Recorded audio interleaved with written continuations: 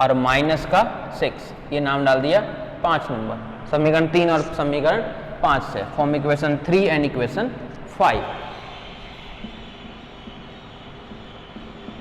3 व समीकरण 5 से form equation 3 and equation 5। Del square u by del x square plus del square u by del y square बराबर 0। अब क्या निकालना है? Harmonic conjugate. Let harmonic conjugate is v x y, then d of v equals to क्या बनेगा formula? Del v upon में del of x और फिर से डी एक्स, फिर प्लस डेल वी अपॉन में डेल ऑफ वाई और फिर साथ में डी वाई। ठीक है। और सी आर इक्वेशन क्या कहता है कि del u by del x बराबर डेल वी अपॉन में डेल वाई और डेल यू अपॉन में डेल वाई माइनस का डेल वी अपॉन में डेल एक्स।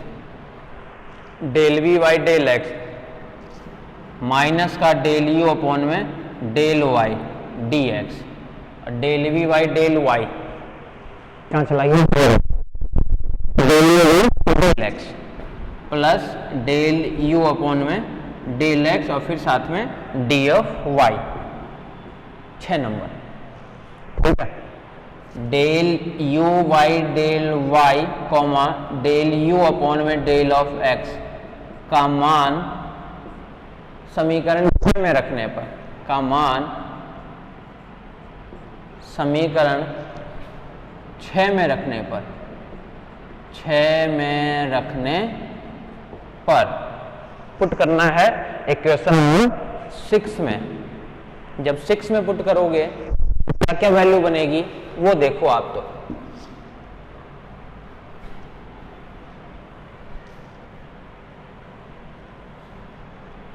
डी वी बराबर डी ऑफ वी बराबर माइनस का del u by del y, minus का del u by del y, यही है ना del u by del y, वो भी माइनस का, तो ये बन जाएगा प्लस का 6xy प्लस का 6y, फिर साथ में है d ऑफ x, फिर plus del v by del y, sorry del u by del x plus 3x square minus का 3y स्क्वायर और प्लस का 6x और फिर साथ में dy। ये मान किस लिए निकल गया? d ऑफ v का मान। डी ऑफ ई का मान हमारे पास में ये आ गया।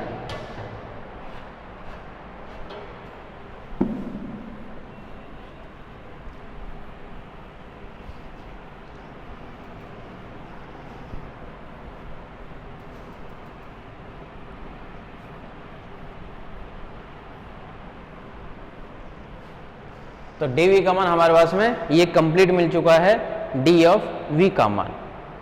ठीक है। अब जब d ऑफ v का मान मिल चुका है, हमें क्या करना है? इसको सॉल्व करना है। ठीक है। दोनों तरफ बोथ साइड इंटीग्रेशन, दोनों तरफ समाकलन करने पर, अच्छा एक चीज और ध्यान रखना, यहाँ पे x के रेस्पेक्ट में इंटीग्रेशन कर रहे हैं ना, तो y कांस्टेंट रहेगा। इधर y में कर रहे हो तो x कांस्टेंट रहेगा। इधर से तो मिलेगा v इक्वल टू x के रेस्पेक्ट में करना है, अपने ध्यान रखना। तो 6y तो रहेगा एज इट इज, x का क्या मिलेगा? x स्क्वायर बाई 2 से कट करके यहाँ पे मिल जाएगा 3। ठीक है। प्लस ये मिलेगा 6yx प्लस इसमें आ जाओ, y में करना है तो 3x स्क्वायर y। ठीक है। y में करना है माइनस y क्यूब बाई 3 तो वाई क्यूब और प्लस का 6x और साथ में y, और एक कांस्टेंट और लेना है प्लस का c।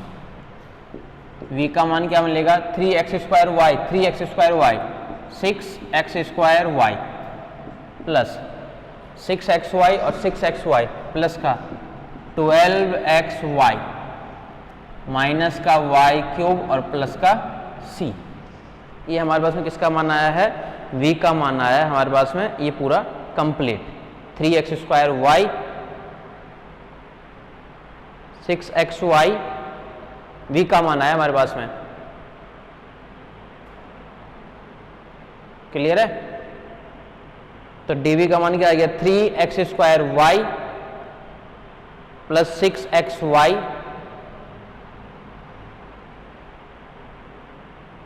अच्छा देखो कुछ एक बार, dv का जो मान हमारे पास में था 6xy plus 6y dx plus 3x² minus का 3y² प्लस का 6x और साथ में dy। अच्छा mdx और ndy है हमारे पास में ये सॉल्यूशन। तो dv करोगे तो 6xy और 6y का x के रेस्पेक्ट में करोगे x²/2 यानी 3x² y और 6xy।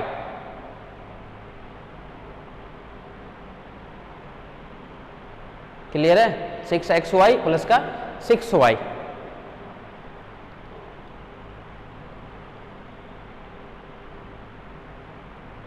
तो ये हमारे पास में क्या है, इंटीग्रेशन की टर्म्स है ये।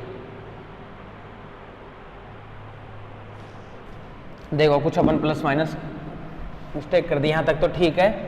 इसके बाद में अपन क्या किए, जब इंटीग्रेशन किए ना तो इधर तो मिल गया dv इंटीग्रेशन, ये एग्जैक्ट है mdx प्लस का n dy। जब इसका करोगे तो इंटीग्रेशन 6xy प्लस का 6y, 6xy प्लस का 6y, 6xy प्लस का 6y साथ में d ऑफ x प्लस इंटीग्रेशन माइनस का 3y² और फिर साथ में d ऑफ y, 3y² और फिर साथ में d ऑफ y। ठीक है? क्लियर है? अच्छा 3y² क्यों, कंप्लीट ही था। इंटीग्रेशन 3x² माइनस का 3y² प्लस का 6x और फिर साथ में dy।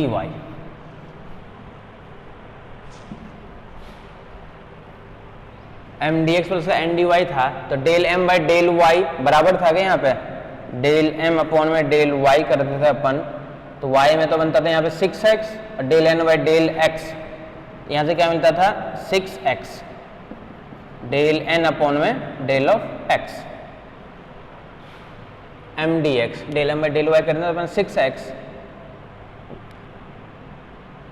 डेल y के रेस्पेक्ट में 6x और 6y का प्लस का 6 और del n by del x का यहाँ से 6x और यहाँ से प्लस का 6, ये दोनों बराबर था।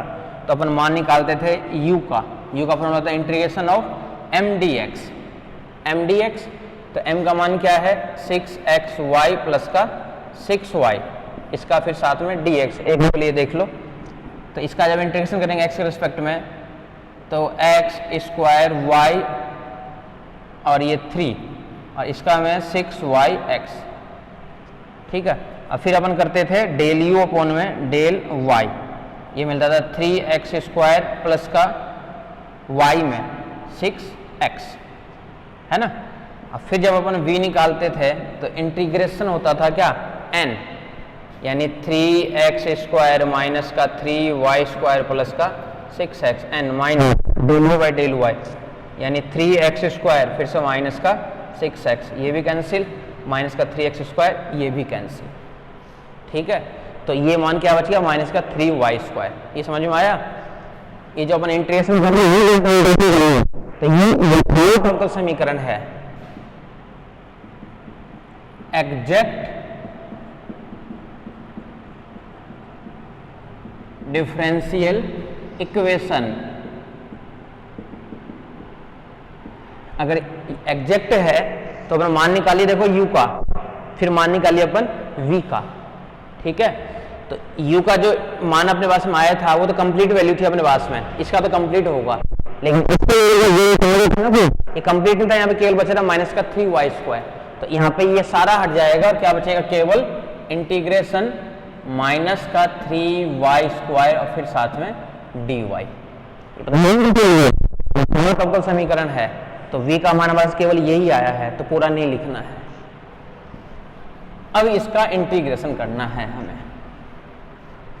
इंटीग्रेशन करोगे तो अब तो इधर तो मिल गया v, इधर इंटीग्रेशन करोगे x के रेस्पेक्ट में ना, अब यहां से मिलेगा 6y और x का x² 2 यानी 3 प्लस x के रेस्पेक्ट में तो 6xy माइनस इसका करना है y के रेस्पेक्ट में y³ 3 तो माइनस का y³ और प्लस का c।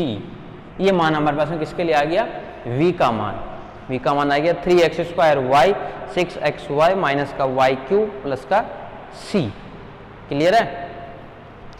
अतः अब हमें fz वाले मान के अंदर रखना है। अतः fz बराबर u plus iota v, u plus iota v।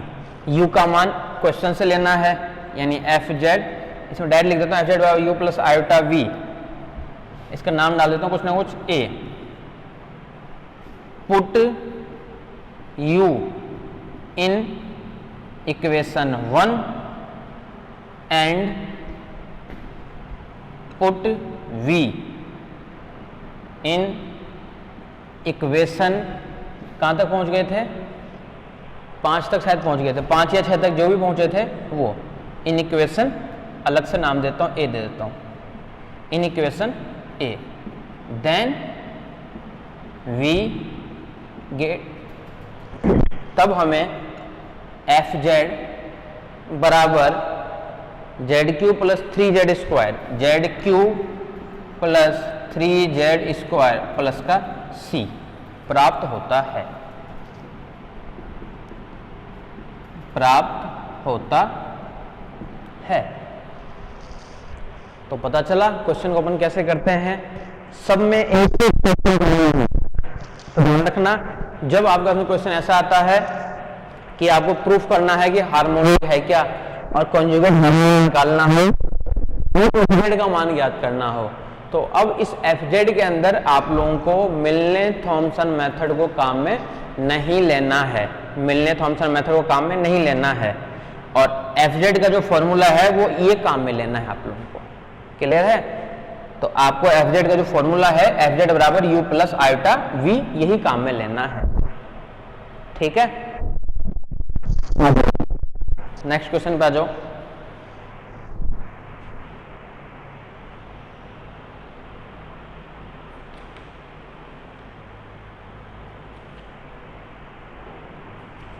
कई क्वेश्चन वैसे पूछ लेता है कि लाप्लास समीकरण को संतुष्ट करता है क्या, अब फिर हमें मान ज्ञात करना होता है कई बार। ठीक है, उससे कंफ्यूज मत होना।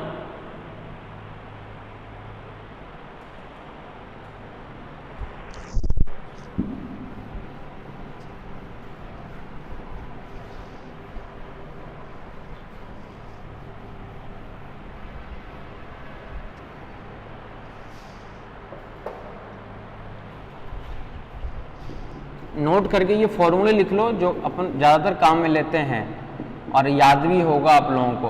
1 प्लस कोस 2z का और 1 माइनस कोस ऑफ 2z का। तो 1 प्लस कोस 2z क्या बनेगा, इसका क्या बनेगा 2 cos square z।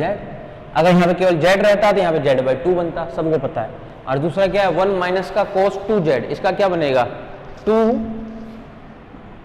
Sine square z। कोई बोले कि 1 प्लस कोस z का बताओ क्या मिलेगा, तो 2 कोस स्क्वायर z/2। क्लियर है। तो ये फॉर्मूले वगैरह जो है आपको काम में लेने हैं और शायद याद भी होंगे आप लोगों को। आ जाओ नेक्स्ट क्वेश्चन पे आ जाओ।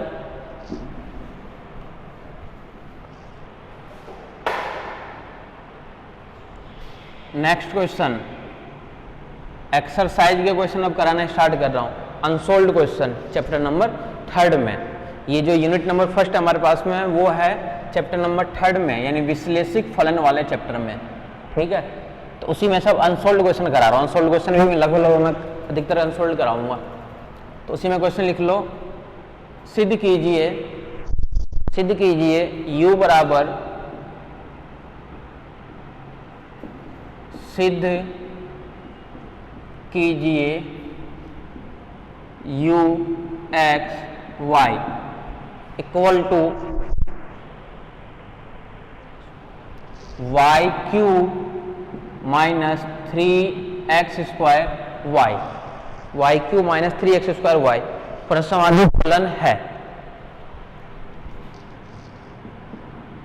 सेम वही क्वेश्चन चल रहा है अभी भी, परसंवादी फलन है, क्योंकि इसके अंदर टोटल 3 ही टाइप तो है, या तो हार्मोनिक फंक्शन, या फिर मिलने थॉमसन, ठीक है, या फिर CR इक्वेशन, बस और कुछ है ही नहीं चैप्टर के अंदर। तो सारे क्वेश्चन यही मिलेगा, या तो हार्मोनिक थॉमसन का मिलेगा या फिर विश्लेषी का मिलेगा, ठीक है। परसंवादी फलन है, ये सिद्ध करना है हमें। इसका परसंवादी संयुग्मी भी ज्ञात कीजिए तथा परसंवादी यानी कॉन्जुगेट हार्मोनिक संयुग्मी भी ज्ञात कीजिए, संयुग्मी भी ज्ञात कीजिए। और एक चीज fz की टर्म्स में निकालना है, वो तो आप लोग निकाल लोगे, तथा fz का मान भी ज्ञात करो, तथा fz का मान भी ज्ञात कीजिए। फिर से वही क्वेश्चन है, सब कुछ वही दे रखा है। हार्मोनिक निकालना है सबसे पहले, फिर हार्मोनिक कॉन्जुगेट निकालना है, और फिर fz का मान निकालना है। मतलब इस टाइप के क्वेश्चन तो आपके जुबान को आंख बंद करके स्टार्ट कर दो, ऐसे सारे क्वेश्चन कर लो, यही क्वेश्चन मत छोड़ो। ये भी आगे क्वेश्चन इसलिए करा रहा हूं। सॉल्यूशन में लिखो, यहां दिया गया फलन here given function u x y equals to y cube minus 3x square y। Clear है?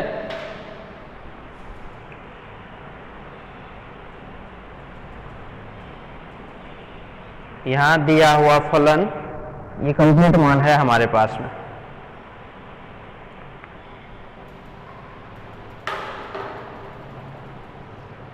अब देखो क्या दे रखा है हमारे पास में, इसका नाम डाल दिया 1 नंबर।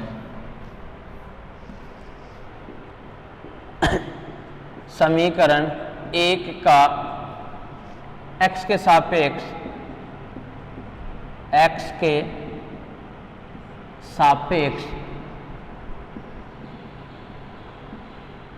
अवकलन करने पर equation 1 differentiate with respect to x, तो मिल गया डेल यू अपॉन में डेल ऑफ x, उसका तो 0, इसका माइनस का 6xy, equation number 2। Again differentiate with respect to x, क्या मिल जाएगा? डेल स्क्वायर u अपॉन में डेल x स्क्वायर, यानी x के रेस्पेक्ट में फिर से करना है, यानी माइनस का 6y। Equation 1 differentiate with respect to y, समीकरण 1 का y के सापेक्ष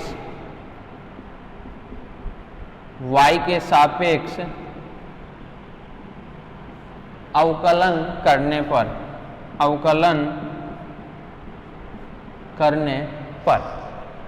समीकरण 1 का y के सापेक्ष अवकलन करने पर यहां से क्या मिलेगा? डेल u अपॉन में डेल ऑफ y, यहाँ से मिलेगा 3y स्क्वायर माइनस का y के रेस्पेक्ट में कर रहे हैं अपन 3x स्क्वायर, इक्वेशन नंबर 4। अब फिर से वही चीज, समीकरण 4 का y के सापेक्ष अवकलन करने पर, समीकरण इसका y के सापेक्ष अवकलन करने पर, y के सापेक्ष अवकलन करने पर क्या मिलेगा? डेल u अपॉन में del of y, sorry del square u by del y square, del square u by del y square. 6y इसका तो 0 प्लस का 6y, इसका नाम डाल दिया 5। समीकरण 3 तो समीकरण 5 से सारे क्वेश्चन एक जैसे हैं, कोई भी अलग नहीं है। समीकरण 3 व form equation 3 and equation 5, del square u upon में del x square plus del square u upon में डेल y स्क्वायर बराबर 0। क्लियर है? फिर से वही चीज, माना कि हार्मोनिक कॉन्जुगेट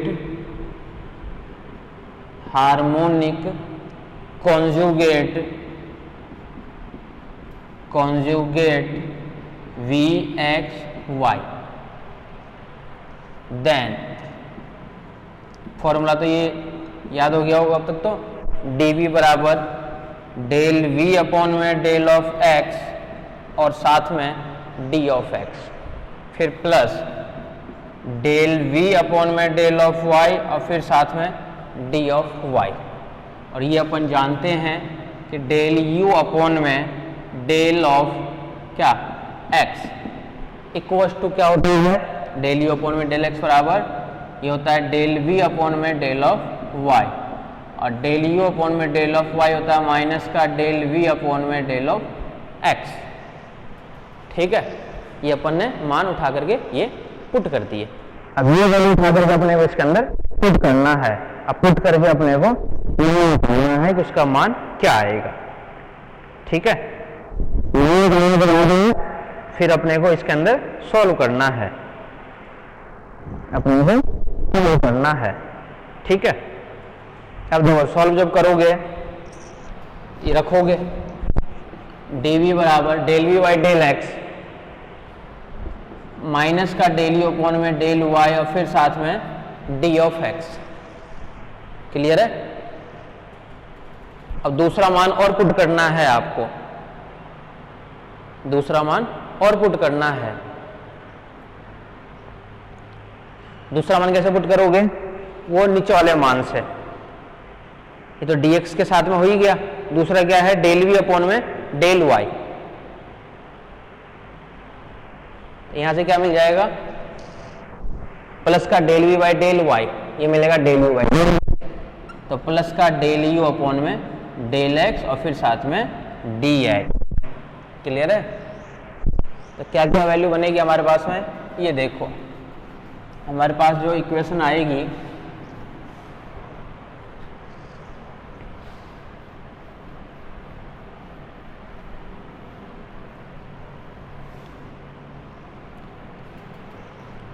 dv बराबर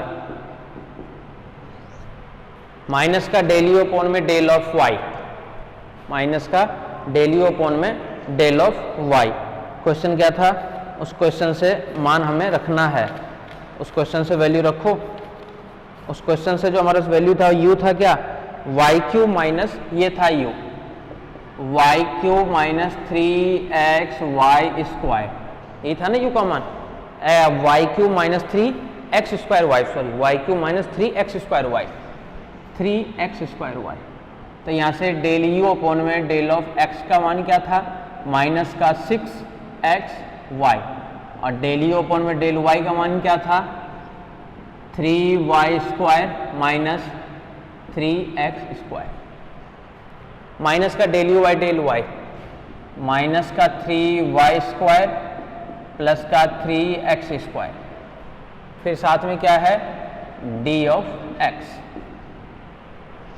और फिर से है प्लस दूसरा मान कौन सा है del u by del x, ये मान क्या है माइनस का 6xy और फिर साथ में d of y। Integration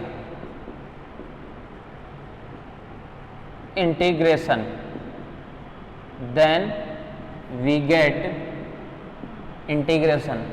we get v equals to minus का 3y² plus x³ minus y में करना है तो 6xy²/2 यानी माइनस का 3xy²। क्लियर है? तो ये टर्म्स हमारे पास में किसके लिए आ गई, इसके लिए आ गई हमारे पास में ये terms.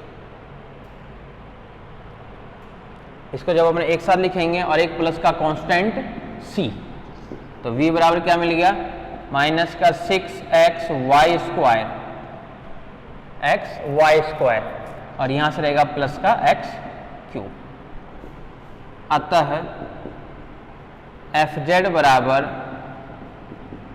u plus iota v, तो fz बराबर u का मान यहां से यानी y³ minus 3x² plus iota v का मान यहां से माइनस का 6xy² प्लस का x³ और प्लस का एक कांस्टेंट c प्लस का c, ये हमारे पास आ गया मान किसका f ऑफ z का। ठीक है, y³ प्लस x³, ये तो बनेगा। तो हमारे पास में एक मान क्या आ गया, एक तो ये आ गया और एक हमारे पास में ये टर्म्स आ गए y³ और x³ plus iota y³ minus 3x² और यहां से मिलेगा प्लस का, यहां से मिलेगा हमारे पास में प्लस का 2 6xy² आयोटा और यहां से मिलेगा एक प्लस का x³ आयोटा प्लस का c। ये आ गया हमारे पास में fz का मान। कोई बोले कि इसको z में चेंज करो तो z में भी चेंज कर सकते हो। ठीक है, तो इसी टाइप से हमें क्वेश्चन को करना है, इसी टाइप से हमें क्वेश्चन को करना है।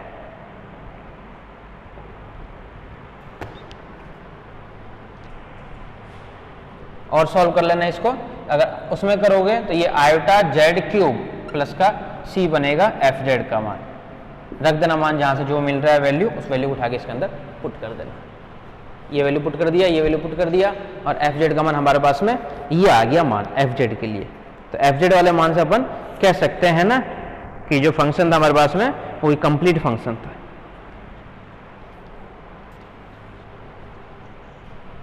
ठीक है,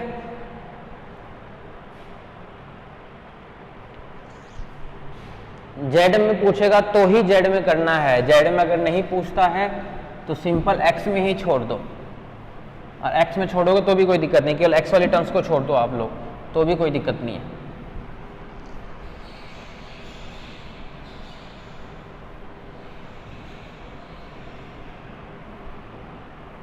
इसमें बस एक चीज जरूर ध्यान रखना कि जब dv निकालोगे ना तो dv में ध्यान रखना कि अगर यथावत अवकल समीकरण है ना वो mdx प्लस का ndy, अगर यथावत अवकल समीकरण है यानी एग्जैक्ट है तो उसके लिए u का मान जो निकालोगे वो तो ठीक है, इंटीग्रेशन के टाइम में ndy पूरे का नहीं होगा, वो आप लोग v निकालोगे इस फॉर्मूले से, और इस फॉर्मूले से जब निकालोगे आप लोग v निकालोगे तो इससे कुछ टर्म्स कैंसिल हो जाएगी, तो जो बचेगी उससे केवल होगा। बस ये ध्यान रखना है और कुछ भी ध्यान नहीं रखना है। ठीक है,